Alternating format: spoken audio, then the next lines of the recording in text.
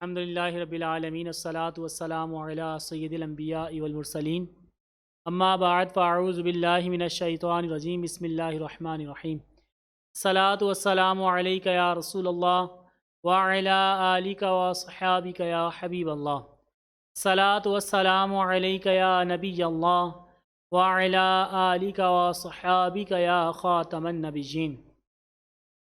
حمد و صلوات کے بعد حضور نبی کریم صلی اللہ تعالیٰ علیہ وسلم پر درود پاک پڑھنے کے حوالے سے حدیث مبارکہ پیش خدمت ہے۔ حضور نبی کریم صلی اللہ تعالیٰ علیہ وسلم نے فرمایا، تم جہاں بھی ہو مجھ پر درود پڑھو کہ تمہارا درود مجھ تک پہنچتا ہے۔ حصول برکت کے لیے ایک مرتبہ درود پاک پڑھ لیتے ہیں۔ صلو علی الحبیب بقلبک یطیب صلی اللہ تعالی علی محمد صلاۃ والسلام علیک یا سیدی یا رسول اللہ وعلی آلہ وصحبہ وبارک وسلم۔ حضور نبی کریم صلی اللہ تعالی علیہ وسلم پر درود پاک پڑھنے کے بعد علماء کرام، سعادت عظام اور شان اسلام چینل کے ناظرین، سلسلہ بہار رمضان شان اسلام چینل کی خصوصی ماہ رمضان کی نشریات میں ہم پھر حاضر ہیں۔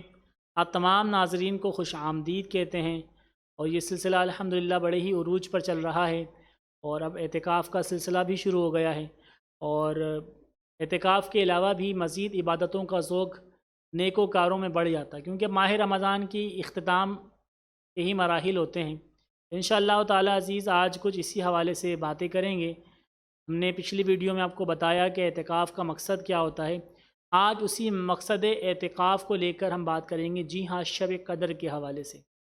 بہت ہی اہم موضوع ہے، جو اعتکاف میں بیٹھے ہیں ان کے لیے بھی، جو اعتکاف میں نہیں بیٹھے ہیں لیکن شب قدر کی تلاش میں ہیں، شب قدر میں عبادت کرنا چاہتے ہیں، اور وہ شب قدر میں اپنا وقت جو ہے وہ عبادت میں صرف کرنا چاہتے ہیں۔ تو اس حوالے سے انشاءاللہ تعالی عزیز ہم بات کریں گے۔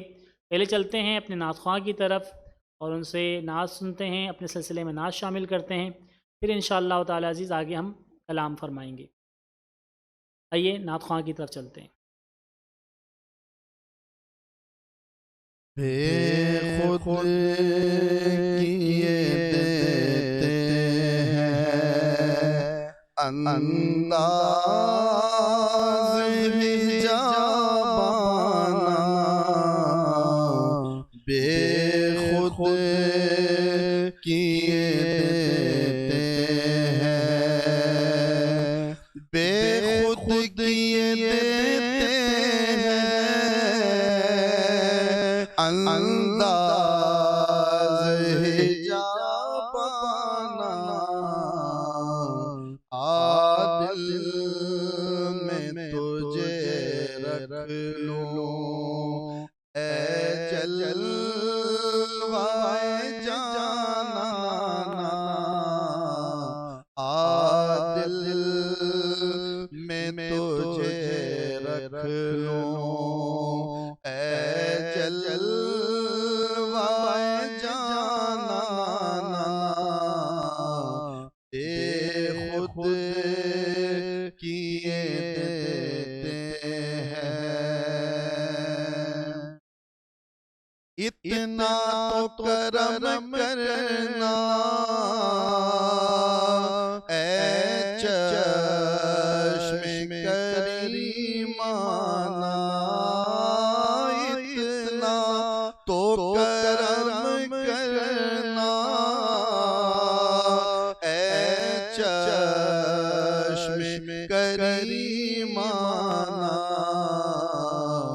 جب جان لبوں پر ہو تم سامنے آ جانا،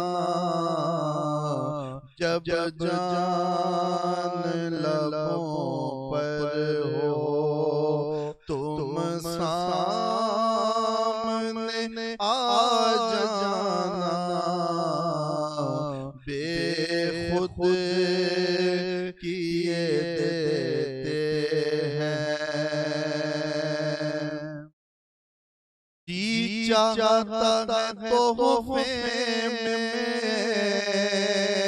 بھیجوں میں انہیں آنکھیں، جی چاہتا ہے تحفے میں بھیجوں میں انہیں آنکھیں، درشن کا تو درشن ہو، درشن کا تو درشن ہو، نظرانے کا نظرانہ، بے خود کیے دیتے ہیں، پینے کو تو پی لوں گا پر عرض ذرا سی ہے، پینے کو تو پی لوں گا پر عرض ذرا سی ہے، اجمیر کا ساقی ہو، بغداد کا میں خانہ، اجمیر کا ساقی ہو، بغداد کا میں خانہ، بے خود کیے دیتے ہیں، معلوم نہیں بے دم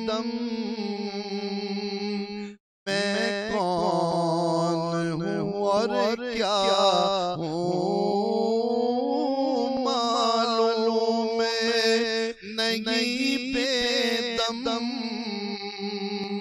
میں کون ہوں اور کیا ہوں، اپنوں میں تو اپنا ہوں، اپنوں میں تو اپنا ہوں، بیگانوں میں بیگانہ،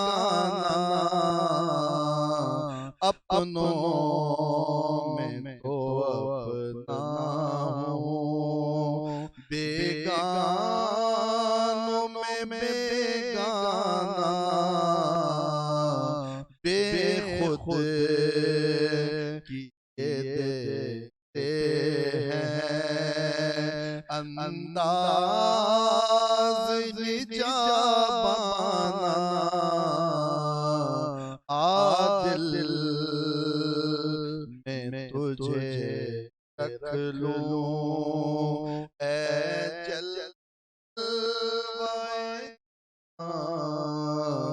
بے خود کیے دیتے ہیں۔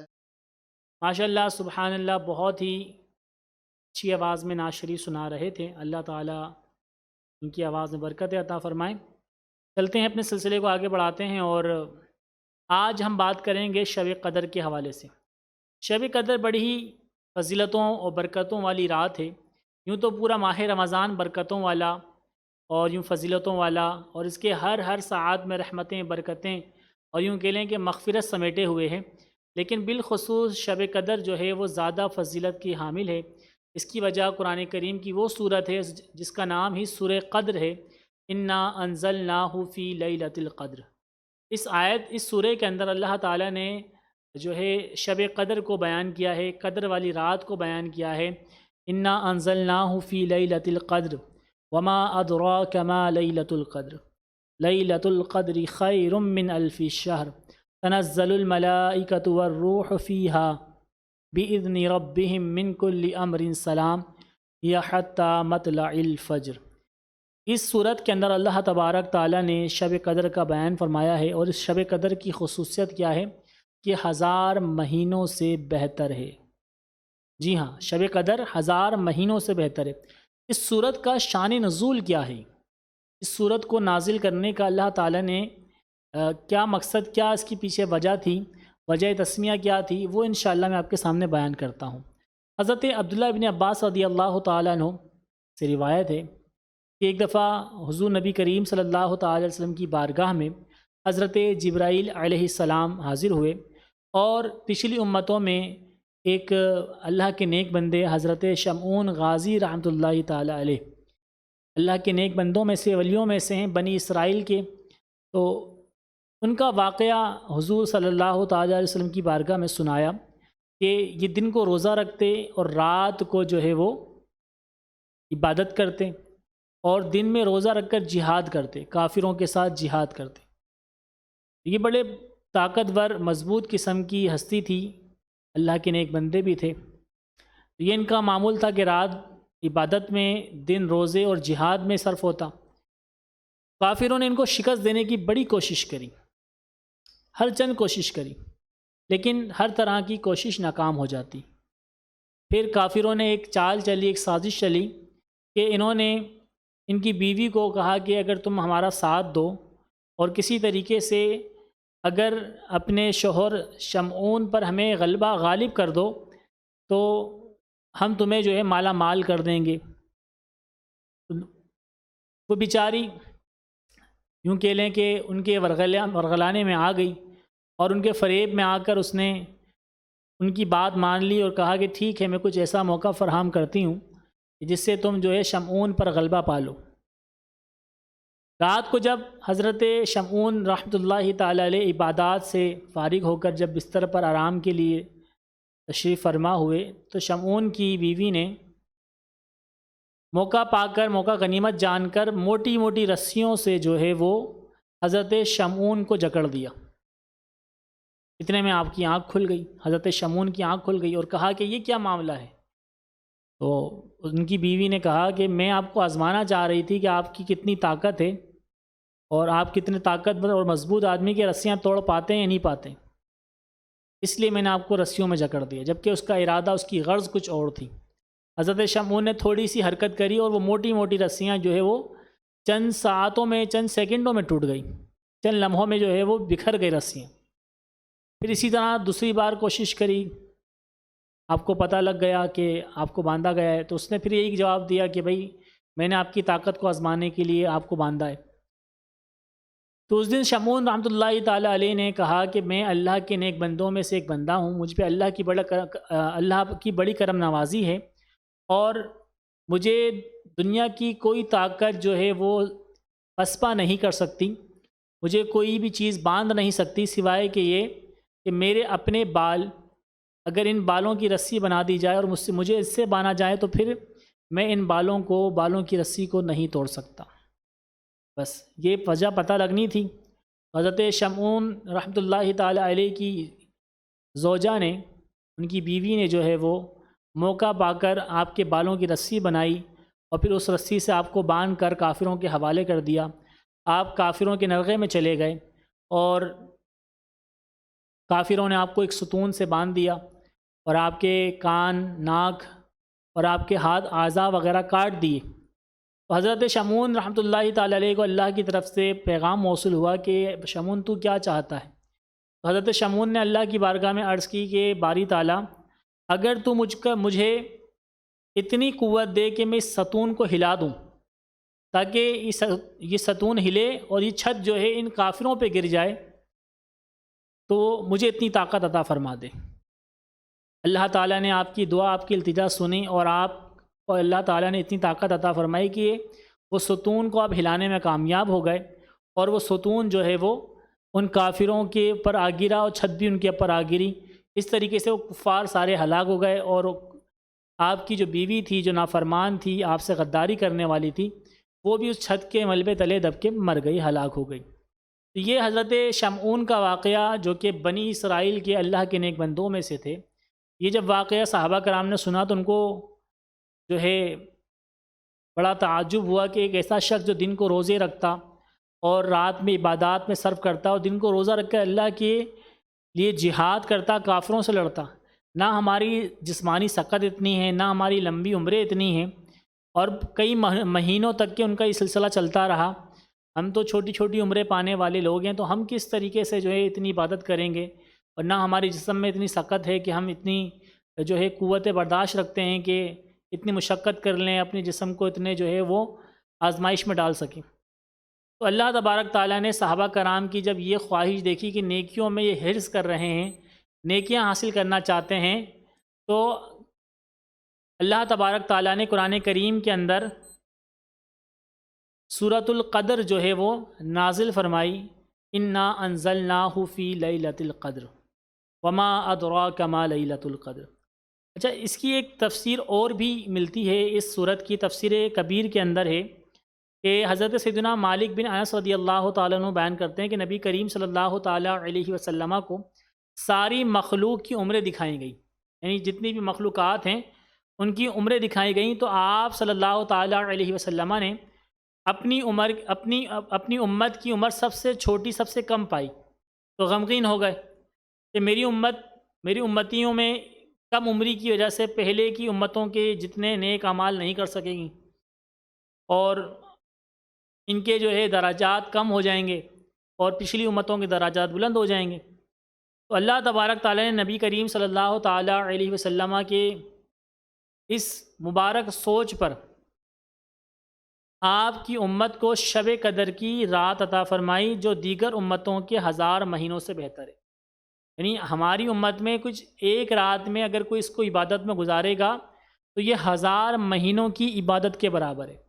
1000 مہینے یعنی 83 سال، 1000 مہینے یعنی 83 ایئرس، یہ 83 سال بنتے ہیں۔ یعنی ایک رات میں عبادت کرنا، یہ 83 سال کی عبادت کرنا گویا کہ 1000 مہینوں سے بہتر ہے۔ اور پھر اس رات کا خاصہ کیا ہے کہ اس رات میں اللہ تبارک تعالیٰ، جو شخص شب قدر کے اندر ایمان و اخلاص کے ساتھ عبادت کرے گا اللہ تعالیٰ کی، تو اللہ تبارک تعالیٰ اس کے تمام پچھلے گناہ بخش دے گا۔ اتنا بڑا انعام ہے۔ ویسے تو یوں کہہ لیں کہ شب قدر کے پورے ماہ رمضان میں ہی بخشش اور مغفرت کی جو ہے نا انعامات تقسیم ہو رہے ہوتے ہیں، لیکن بالخصوص اس رات کے اندر اللہ تبارک تعالیٰ جس رات میں عبادت کرنے والے ہیں، ایمان و اخلاص کے ساتھ اس کی بارگاہ میں حاضری دینے والے ہیں، تو اللہ تعالیٰ اس کے تمام پچھلے گناہ کو بخش دے گا۔ اور صرف یہی نہیں، حکیم الامت مفتی احمد یار خان نعیمی رحمۃ اللہ تعالیٰ علیہ اس حدیث پاک کی وضاحت کرتے ہوئے لکھتے ہیں کہ رمضان میں روزوں کی برکت سے گناہ صغیرہ معاف ہو جاتے ہیں، یعنی جو روزے رکھے گا اللہ تبارک تعالیٰ اس کے گناہ صغیرہ معاف کر دے گا۔ تراویح کی برکت سے اللہ تعالیٰ گناہ کبیرہ کو ہلکا فرما دیتا ہے، یعنی گناہ کبیرہ ہلکے پڑ جاتے ہیں۔ اور شب قدر کی عبادت کی برکت سے بندے کے درجات بڑھ جاتے ہیں۔ تو یہ شب قدر جو ہے گناہوں کی معافی کا بھی معاملہ کرواتا ہے، درجات بھی بلند کرواتا ہے۔ اور یاد رکھیے کہ اس رات کے اندر اللہ تبارک تعالیٰ نے ایک اور انعام رکھا ہے کہ فرشتوں کا نازل ہونا۔ فرشتے اس میں نازل ہوتے ہیں۔ فرشتے کیوں نازل ہوتے ہیں؟ اس میں یہ بھی ایک سوال آتا ہے نا، فرشتے کیوں نازل ہوتے ہیں؟ شب قدر ہے، برکت والی رات ہے، اللہ تعالیٰ مغفرت اور یوں کہہ لیں کہ بخشش کا جو ہے نا پروانہ سب کو عطا فرما رہا ہے، لیکن فرشتوں کا نزول کا کیا مقصد ہے؟ تو فرشتے جو نازل ہوتے ہیں اس کا پیچھے ایک مقصد ہے۔ 2 قول بیان کیے جاتے ہیں۔ ایک تو یہ کہ جب اللہ تبارک تعالیٰ نے آدم علیہ السلام کی تخلیق کا ارادہ فرمایا کہ میں زمین میں اپنا خلیفہ مقرر کرتا ہوں، سورہ بقرہ کے اندر اللہ تعالیٰ نے اس کا ذکر فرمایا۔ اختصار کے ساتھ عرض کر رہا ہوں میں، تو فرشتوں نے عرض کی کہ باری تعالیٰ کہ تو زمین میں اپنا خلیفہ مقرر کرنا چاہتا ہے انسان کو، جو کہ زمین میں جا کے فساد پھیلائے گا، اور کیا ہم تیری تسبیح و تحلیل کے لیے کافی نہیں ہیں؟ یہ اعتراض نہیں تھا، بلکہ اپنے علم کے مطابق ان کا جواب تھا جو فرشتے جانتے تھے۔ تو اللہ تبارک تعالیٰ فرشتوں کو شب قدر کو اس لیے نازل فرماتا ہے کہ تاکہ وہ فرشتے جا کے دیکھیں کہ ہم جن مخلوق کے بارے میں کہہ رہے تھے کہ زمین پہ جا کے فساد برپا کریں گے، فتنہ کریں گے، وہ اللہ تعالیٰ کی عبادات میں مشغول ہیں، اللہ تعالیٰ کی تسبیح اور تحلیل میں مشغول ہیں۔ یہ فرشتوں کی نزول کا سبب ہے۔ اور اللہ تبارک تعالیٰ اس رات میں جو ہے وہ خصوصی طور پر جو ہے وہ نظر رحمت فرماتا ہے گناہ گار بندوں پر، اور یہ رحمتوں، برکتوں، مغفرت کا سلسلہ جو ہے وہ فجر طلوع ہونے تک چلتا ہے۔ اچھا، اب سوال یہ پیدا ہوتا ہے کہ ساری فضیلتیں ہیں، اب یہ شب قدر ہوتی کب ہے؟ میں نے جیسا کہ آپ کو لاسٹ ویڈیو میں بتایا تھا اعتکاف کے حوالے سے کہ شب قدر تلاش کرنے کے لیے نبی کریم صلی اللہ تعالیٰ علیہ وسلم نے جو ہے وہ شروع کے عشرے کا، پھر درمیان کے عشرے کا، پھر پورے مہینے کا، پھر آخری عشرے کا اعتکاف کیا. تو یہ اس کی تلاش کی جاتی تھی. تو شب قدر اس سے معلوم ہوتا ہے کہ شب قدر کا کوئی فکس دن نہیں ہے. اور یہ بات حقیقت بھی ہے کہ شب قدر جو ہے وہ پوشیدہ رکھی گئی ہے. نبی کریم صلی اللہ تعالیٰ علیہ وسلم فرماتے ہیں کہ شب قدر کو رمضان کے آخری عشرے کے طاق راتوں میں تلاش کرو. بخاری شریف کی حدیث مبارکہ ہے کہ نبی کریم صلی اللہ تعالیٰ علیہ وسلم فرماتے ہیں کہ رمضان المبارک کے آخری عشرے میں شب قدر کو تلاش کرو. اسی طریقے سے بعض محدثین، مفسرین اور بزرگان دین فرماتے ہیں کہ ہر سال ماہ رمضان المبارک کی 27ویں شب ہی شب قدر ہے. اور سیدنا ابی کعب رضی اللہ تعالیٰ عنہ کے نزدیک 27ویں شب رمضان کی جو ہے وہ شب قدر ہے. تو شب قدر جو ہے وہ مختلف طاق راتوں میں بھی ہو سکتی ہے یا شب قدر 27ویں شب کو ہی ہو. ہمارے یہاں ایک طریقہ، ایک سلسلہ رائج ہے پاک و ہند کے اندر کہ 27 تاریخ کو، اب تو عرب ممالک میں بھی سلسلہ رائج ہو گیا ہے کہ 27 تاریخ کو جو ہے وہ بطور شب قدر کے منا لیا جاتا ہے. اچھی بات ہے، اس میں کوئی برائی بھی نہیں ہے، اچھا عمل ہے، عبادت کے لیے جمع ہو جاتے ہیں. اور صحابہ و تابعین، محدثین، مفسرین کے قول کے مطابق 27 تاریخ کو شب قدر ہے، تو یہ اچھی بات ہے. لیکن شب قدر جو ہے وہ حضور صلی اللہ تعالیٰ علیہ وسلم کی فرمان کے مطابق آخری عشرے کی طاق راتوں میں، یعنی 21، 23، 25، 27 اور 29 تاریخ، یہ طاق راتیں کہلاتی ہیں. ان طاق راتوں میں شب قدر کو تلاش کرنے کا ارشاد فرمایا گیا ہے. بہتر یہ ہے کہ ان راتوں میں بھی عبادت کریں، خاص طور پہ جو معتکف ہیں ان راتوں میں عبادت کریں.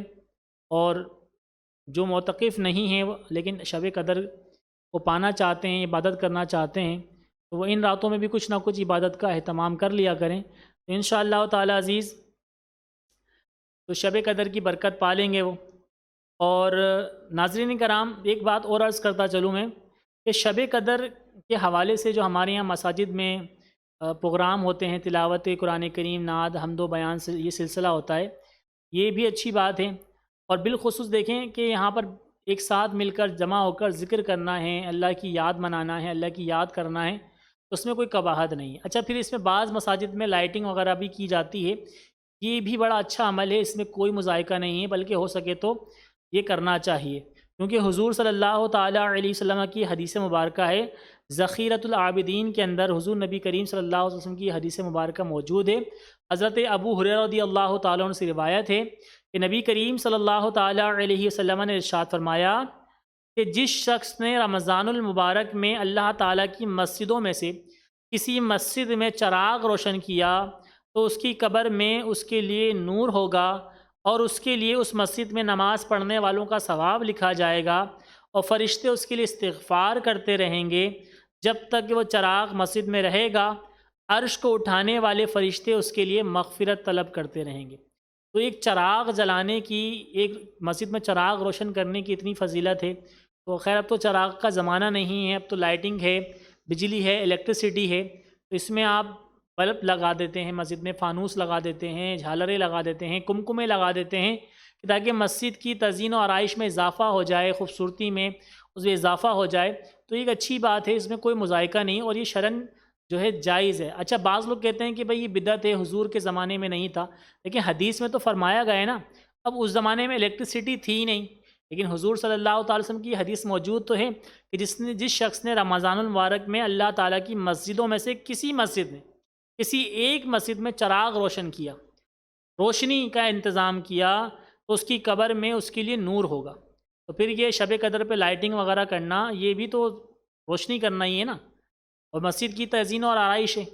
بہرحال یہ کرنا چاہیے، اس میں کوئی حرج نہیں ہے. شب قدر کو عبادات میں گزاریں، اس میں نوافل پڑھیں، اللہ تعالیٰ سے دعا کریں، قرآن کریم کی تلاوت کریں. اور شب قدر ضروری نہیں ہے کہ 27 تاریخ کو ہو، یہ تو محدثین، مفسرین کے اقوال ہیں، اور اس کی اپنی جگہ ایک اہمیت ہے. لیکن طاق راتوں میں جو حضور نے فرمایا ہے کہ طاق راتوں میں شب قدر کو تلاش کرو، یہ اپنی جگہ بہت اہمیت رکھتا ہے. تو لہٰذا ہمیں طاق راتوں میں بھی شب قدر کو تلاش کرنا چاہیے. اللہ تعالیٰ سے دعا ہے کہ اللہ تعالیٰ ہمیں شب قدر میں خوب دل جمعی کے ساتھ عبادت کرنے کی توفیق مرحمت فرمائے، آمین بجاہ النبی الامین صلی اللہ تعالیٰ علیہ وسلم۔